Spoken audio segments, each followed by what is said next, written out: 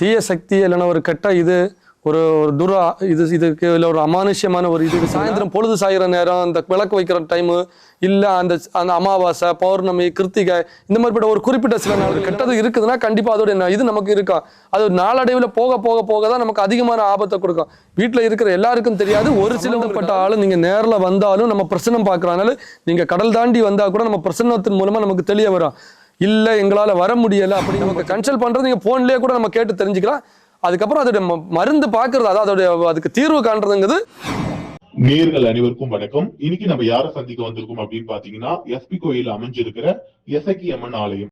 இந்த கோவில்ல கேரளா முறைப்படி அருள்வாக்கு பார்க்கும் திரு சுனில் சுவாமிகளை தான் சந்திக்க வந்திருக்கோம். ஐயா வணக்கம். வணக்கம். இன்னைக்கான டாபிக் என்ன அப்படின்னு பாத்தீங்கன்னா, ஒரு வீட்டுல தீய சக்திகள் இருக்கு அப்படின்னா இந்த மாதிரியான துர்நாற்றங்கள் வரும். இந்த மாதிரியான நாற்றங்கள் இருந்தா நிச்சயமா அந்த தீய சக்தி இருக்கு அப்படின்னா என்ன மாதிரியான நாற்றங்கள் சொல்வீங்க? அதாவது தீய சக்தி இல்லைன்னா ஒரு கெட்ட இது ஒரு துரா இதுக்கு இல்லை ஒரு அமானுஷ்யமான ஒரு இது இருக்குதுன்னா நமக்கு உணர்வுபூர்வமாக தெரியுதுன்னா இது மாதிரி ஸ்மெல், அதாவது நமக்கு கண்ணுக்கு தெரியாமல் இருக்கிறது ஒரு இதுக்கு. அதாவது ஒரு கெட்டு போனதா பழங்கள் கெட்டு போன மாதிரி நம்ம வீட்டில் பழமே இருக்காதா, ஆனால் கெட்டு போன மாதிரி ஒரு ஸ்மெல்லு, நீச்ச ஸ்மெல், அதாவது கவுச்சி வாசம். 2 நாள் 3 நாளாக நான் கவுச்சி நம்ம வீட்டில் இருந்தால் எப்படி இது அடிக்கும் அந்த மாதிரி ஒரு கவுச்சி வாசம் அடிக்கும். இல்லை முட்டை, அதாவது நம்ம வீட்டில் இருக்கிற முட்டை உடஞ்சி போய் அழுகி போய் அதோட இது இருக்குது. அப்புறம் சமைக்கிற சாப்பாடு சீக்கிரமாக நீர்த்து போய் அது ஒரு தண்ணி மாதிரியா இதாகி அதில் ஒரு ஸ்மெல் வருது. இந்த மாதிரிப்பட்டது. அப்புறம் பூ மனம், ஒரு நல்ல மனமும் இருக்குது. அதை விட்டுட்டு ஒரு கொஞ்சம் ஹார்டான இது மனம், ரொம்ப நமக்கு ஏற்றுக்காத அளவுக்குள்ள அந்த மனம் மாதிரி பூவில் இருக்கிற அந்த கெட்ட மனங்கள். அது மாதிரி இந்த புணம், அதாவது நம்ம நார்மலாக சுடுகாட்டில் புணம் எறிகிறது, இல்லைன்னா நம்ம தலைமுடி கரிகிற மாதிரி இந்த மாதிரிப்பட்ட ஸ்மெல்லு. இது எப்போ இருக்கும்னா எல்லா நாளுமே எப்போவுமே கண்டினியூவாக இருக்காது. இந்த சாயந்தரம் பொழுது சாயிற நேரம் இந்த விளக்கு வைக்கிற டைமு இல்லை அந்த அந்த அமாவாசை பௌர்ணமி கிருத்திகை இந்த மாதிரிப்பட்ட ஒரு குறிப்பிட்ட சில நாட்கள், இல்லைன்னா வீட்டில் நமக்கு சண்டை சச்சர வீட்டில் நிம்மதி இல்லாத நேரத்தில் இந்த மாதிரிப்பட்ட வீட்டில் நமக்குள்ள சின்ன சின்ன மனஸ்தாபங்கள் ஓடிட்டு இருக்கு. அந்த நேரத்தில் இந்த மாதிரிப்பட்ட ஸ்மெல் இருந்துகிட்டே இருக்கும். அப்போ நமக்கு ஏதோ ஒரு அமானுஷ்யமான ஒரு இது இருக்குது, இதனால தான் நமக்கு இந்த வீட்டில் பிரச்சனை இருக்குது அப்படிங்கிறத நம்ம உணர முடியும். நார்மலாக நம்ம வீட்டில் ஒரு பொருள் இருக்குது, அழுகி போகுது, அது ஸ்மெல் வருது, அது இயற்கையாக உள்ளது. அந்த பொருளே நம்ம வீட்டில் இருக்காது, ஆனால் இல்லை பக்கத்தில் சுடுகாடு இருக்காது, இல்லைன்னா நம்ம அந்த சம்மந்தப்பட்ட ஒரு கடையோ நம்ம பக்கத்தில் இருக்காது, இல்லைன்னா வீட்டில் இருக்காது அந்த பொருள். ஆனால் அந்த ஒரு வாசம் மட்டும் நம்ம வீட்டில் எப்போவுமே அதை நம்மளை சுற்றிக்கிட்டு இருக்குது, அதை நம்ம பின்தொடர மாதிரி இருக்குது. நம்ம எங்கே போனாலும் நம்ம உடம்புல அந்த ஒரு இது இருக்குது, இல்லை அந்த வீட்டில் அந்த அழுகிய வாசனைகள் இருக்குது. அப்படிங்கும்போது ஏதோ ஒரு அமானுஷ்யமான ஒரு இது இருக்குது. அப்படி நார்மலாக இயற்கைக்கு மாறாக இருக்குது. நம்ம இல்லாத ஒரு மனம் நமக்கு தெரியும். அதாவது எல்லாருக்கும் வீட்டில் ஒரு 10 பேர் இருக்கிறோம், 10 பேருக்குமே அந்த வாசனை அடிக்காது. ஒரு சிலவங்களுக்கு மட்டும்தான் அது தெரிய வரும். இது வாசனை அடிக்கிற மாதிரியோ, இல்லைன்னா காற்று மாதிரி இந்த மாதிரி நம்மளை யாரோ கடந்து போகிற மாதிரி, இல்லைன்னா கருப்பாக ஒரு உருவம் போகுது, இல்லைன்னா ஏதோ ஒரு கண்ணுக்கு பின்னாடி நிற்குது, இல்லை நம்மளை பின்தொடர்றாங்க, இல்லை நம்ம நிழல் மாதிரி இருக்குது. இந்த மாதிரி ஒரு சிலவங்களுக்கு தான். 10 பேர் இருக்கிறவங்களுக்கு எல்லாருக்கும் தெரியும். ஒரு சிலவங்களுக்கு மட்டும் அந்த வீட்டில் உணர முடியும், இப்படி ஒரு இது இருக்குது, நம்ம வீட்டில் ஒரு அமானுஷ்யமான ஒரு இது இருக்குது, இல்லைன்னா இப்படி ஒரு நாட்டமோ இல்லைன்னா ஒரு கெட்ட பேட் ஸ்மெல் இருக்குது அப்படிங்கிறது நம்ம தெரியும்னா அது ஏதாவது ஒரு நம்மளோட அதாவது இந்த செய்வன சம்மந்தப்பட்ட பிரச்சனையோ, இல்லைன்னா வீட்டில் ஏதாவது இறந்தவங்க முன்னாடி ஏதாவது தூக்கு போட்டு இறந்தவங்களா இருக்கலாம், இல்லைன்னா 10 50 வருஷம் 100 வருஷம் இல்லைன்னா பூர்வீகமாக வாழ்ந்தவங்க அந்த இடத்துல கஷ்டப்பட்டு இல்லைன்னா ஏதாவது தூக்கு மாட்டியோ இல்லைன்னா குடும்பத்தில் ஏதாவது ஒரு விபத்துனாலேயோ இறந்தவங்க அதுக்கப்புறம் நம்ம அந்த இடத்த வாங்கி வீடு கட்டி வரதுனால அவங்களுடைய நடமாட்டம் இருக்கும். அந்த மாதிரிப்பட்ட இதுகள் இருந்தால் கூட நமக்கு அந்த மாதிரிப்பட்ட பிரச்சனைகள் இருக்கும். இப்படி தான் நம்ம அனுபவபூர்வமாக சொன்னோம்னா, தாம்பரத்துலேருந்து ஒரு வந்திருந்தாங்க. அவங்கன்னா இந்த வீடு கட்டுறதுக்கு முன்னாடியே ஒரு வீட்டில் உள்ளவங்க அவங்க இருந்திருக்காங்க. அவங்க ஃபேமிலியோட இருந்தது. அவங்க என்ன பண்ணிட்டாங்கன்னா, அந்த ஃபேமிலி வீட்டில் கடன் காரணமாக அவங்க இது அந்த பிள்ளை ஃபிக்ஸ் வரும். அந்த பிள்ளை குடும்பத்தோட இது பண்ணி தூக்கு போட்டு செத்துருக்காங்க. பிள்ளைக்கு மட்டும் மருந்து கொடுத்து சாவடிச்சுட்டு இவங்க அம்மாவும் அப்பாவும் தூக்கு போட்டு செத்துருக்காங்க.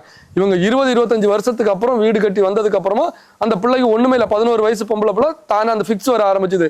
அது எப்போ வருதுன்னா விடிய காலம், அதாவது ஒரு நல்ல தூக்கம் தூங்கி 3 மணி 2:30 மணி 3 மணி 4 மணி இந்த டைம் ஆகும்போது அந்த ஃபிக்ஸ் வருது ஆரம்பிச்சுது. அப்புறம் என்னன்னு பார்த்தீங்கன்னா, ஃபிக்ஸ் எல்லாம் வந்து கொஞ்சம் அந்த பிள்ளை கொஞ்சம் நார்மல் ஆனதுக்கப்புறம் தானாக பேச ஆரம்பிக்குது. நான் இப்படி தான் இருந்தேன், எங்கள் வீட்டில் அப்படி இருந்தாங்க இப்படி இருந்தாங்கன்னு ஒரு 1/2 மணி நேரம் 1/4 மணி நேரம் தானாக பேசுது. பேசிக்கிட்டு பயமுறுத்துற மாதிரி பண்ணுது. அப்புறம் படுத்து தூங்கிடுது. இது கண்டினியூவாக ஒரு மாதம் 2 மாதம் நடந்ததுக்கப்புறம் நம்மகிட்ட வந்து இது பண்ணாங்க, இப்படி இருக்குது அப்படிங்கிற மாதிரி நம்மகிட்ட பேச வரும்போது நம்ம பார்த்துக்கிட்டு அதுக்கப்புறம் நம்ம வீட்டில் போயிட்டு பூஜை பண்ணும்போது தான் தெரிஞ்சுக்கிச்சு. அதுவே வந்து பேசுது, நான் எங்கள் வீட்டில் எப்படி இருந்தாங்க, நாங்கள் இத்தனை பேர் இப்படி இருந்தோம், இப்படி இறந்தோம், அதனால தான் நான் வந்து இந்த மாதிரி பண்ணுறேன், இப்படி ஒரு தொந்தரவு பண்ணேன் அப்படிங்கிற மாதிரி. அப்புறம் நம்ம அதை நம்ம அதாவது இறந்த ஆன்மா அது அதோடைய சொந்தமான இடம்னால அந்த இடத்துல அவங்க இருக்கிறது வரைக்கும் அவங்களுக்கு எந்த இது வராத அளவுக்கு நம்ம பாதுகாப்பு பண்ணி கொடுத்துக்கிட்டு அப்புறம் அவங்களுக்கு வராத அளவுக்கு கொடுத்து அப்புறம் அந்த வீடு வாடகைக்கு தான் இருந்தாங்க. அதனால அந்த வீடை காலி பண்ற மாதிரி ஒரு 6 மாசம் கழிச்சு அவங்க அந்த வீடு காலி பண்ற மாதிரி ஒரு இதாக ஏற்பாடு பண்ணி கொடுத்து இப்போ அந்த ஸ்கூல் லீவ்ல தான் காலி பண்ணி மாறி இருக்காங்க. இதை மாதிரி அதாவது ஒரு கெட்டது இருக்குதுன்னா கண்டிப்பா அதோட இது நமக்கு இருக்கும். அது நாளடைவில் போக போக போக தான் நமக்கு அதிகமான ஆபத்தை கொடுக்கும்.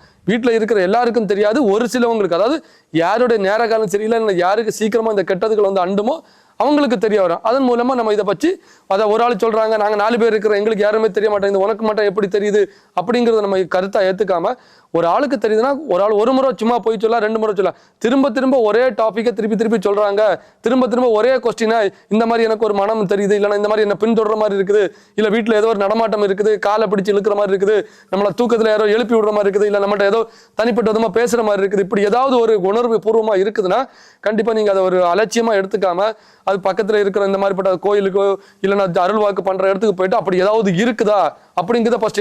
மன ரீதியாகவும் ஒரு சிலவங்க பயந்த குணம் உள்ளவங்களுக்கு இந்த மாதிரிப்பட்ட குணங்கள் இருக்கான். இது அரண்டவங்க கண்ணுக்கு இருண்டதெல்லாம் போயின்னு சொல்றாங்க.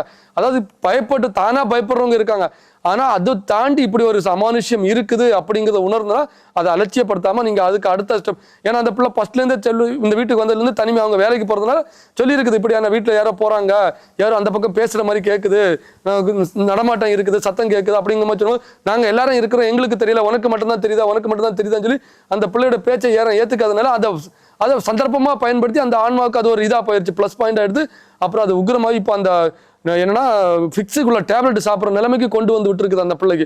அதாவது இது ஒரு முறை நமக்கு உடம்புல ஒரு வியாதியா வந்துருச்சுன்னா அதுக்கப்புறம் மருந்து தான் சாப்பிட்டாக்கணும். இந்த இதை கிளியர் பண்ணாலும் வியாதிங்கிறது வியாதியோட மருந்து சாப்பிடுவாங்க. அதனால அப்படி ஒரு பிரச்சனை இருக்கிற மாதிரி இருந்துச்சுன்னா கண்டிப்பா நீங்க இதை என்ன ஏதுன்னு பார்த்துக்கிட்டு அதுக்கு ஒரு பரிகாரமோ இல்லைன்னா அது என்னன்னு ஃபர்ஸ்ட் ஒரு கன்சல்ட் பண்ணி இதுல எதனால வருது, உண்மையா அப்படி ஒரு இது இருக்குதா, இல்ல அந்த மாதிரி ஏதாவது ப்ராப்ளம் இருந்தால் அதுக்கு என்ன பண்ணலாங்கிறத பார்த்து நம்ம அது ஒரு வழி பண்றது ஏற்றமும் சால சிறந்தது. ரொம்ப நல்லா சொன்னீங்க ஐயா. இதுல ஒரு சின்ன சந்தேகம் என்னன்னா, இப்ப இந்த மாதிரியான வாடைகள் வருது, நீங்க சொன்ன நாற்றங்கள் வருது அப்படின்னா அவங்க உங்களை இங்க நேர்ல பார்த்தா உங்களால தீர்வு சொல்ல முடியுமா, இல்ல நீங்க அவங்க இடத்துக்கு போய் பார்த்தாதான் என்ன பிரச்சனைன்றதை கண்டுபிடிக்க முடியுமா? அதாவது சம்பந்தப்பட்ட ஆளு நீங்க நேர்ல வந்தாலும் நம்ம பிரசனம் பார்க்கறதுனால நீங்க கடல் தாண்டி வந்தா கூட நம்ம பிரசன்னத்தின் மூலமா நமக்கு தெரிய வரும். இல்லை எங்களால் வர முடியலை அப்படிங்கும் பட்சத்தில் நீங்கள் அங்கே இருந்துட்டு நமக்கு அதுக்கான காணிக்கை நம்ம கொடுத்தீங்கன்னா நம்ம அதை வச்சும் நம்ம பிரசன்னம் பார்ப்போம். பிரசன்னம்ங்கிறது பேரு, அவங்களுடைய நாலு நட்சத்திரம், அவங்க குலதெய்வம், அவங்க இருக்கிற பூர்வீகம், இதன் அடிப்படையில் தான் நம்ம பிரசன்னம் பார்க்குறது. ஆளு நேரில் வந்தாலும் நம்ம ஆளை மட்டும் தான் நேரில் பார்க்குறோமே தவிர மீதி எல்லா கேள்வியும் அவங்க ஃபோனில் கேட்குற அதே கேள்வி தான் நம்ம நேரில் உட்கார வச்சும் கேட்க போகிறோம். அதனால உங்களுக்கு வர முடியாத பட்சத்தில் ஃபோனில் கூட நம்ம கன்சல்ட் பண்ணி இந்த மாதிரி இருக்குது அப்படிங்கிறத பார்த்து அதுக்கு என்ன ப்ராப்ளம், இது உண்மையாக இருக்குதா இல்லை நார்மலாக இயற்கையாக உள்ளது தானே அப்படிங்கிற பட்சத்தில் அப்படி ஏதோ ப்ராப்ளம் இருக்குது அப்படிங்கிற பட்சத்தில் நம்ம இங்கே வந்து சரி பண்ணுற மாதிரி இருந்துச்சுன்னா இங்கே வந்து கூட நீங்கள் சரி பண்ணிட்டு போகலாம். இல்லை நம்ம அங்கே வந்தால் தான் இது சரியாகும், இல்லை அங்கே வந்தால் யாகம் பண்ணணும், இல்லைன்னா இதை ஒரு மாதிரி பிடிச்சி கட்டுற மாதிரி பண்ணணும், இல்லைன்னா அதுக்கு ஒரு விளக்கு வைக்கணும், இந்த மாதிரி நம்ம அங்கே வந்து கூட பண்ணி கொடுப்போம். ஃபர்ஸ்ட் நீங்கள் அதுக்கு ஒரு கன்சல்ட் பண்ணி இது இருக்குதா அப்படிங்கிறத உறுதிப்படுத்தினதுக்கு அப்புறம் நேரில் வரதா இல்லை நம்ம இங்கேயே பண்ணி அனுப்பலாமா, இல்லை நீங்கள் நேரில் வந்தால் தான் பண்ண முடியுமா அப்படிங்கிற மாதிரி பண்ணி நம்ம கழிப்பு எடுக்கணும்னா ஒரு சில விதங்கள் நம்மளே கழிப்பு எடுக்க முடியும். ஒரு சில கழிப்புகள் நீங்க வந்து நேரில் உங்களை உட்கார வச்சு பொம்மை பண்ணி அப்புறம் சக்கரம் போட்டு எந்திரம் போட்டு தான் நம்ம கழிப்பு, அது நீங்க நேரில் வரணும். நீங்க இங்க நேரில் வர முடியலன்னா நம்ம அங்க வந்து தான் நேரில் வந்து பண்ற மாதிரி இருக்கும். அதாவது நோயின் வீரியத்தின் அடிப்படையில் தான் மருந்து.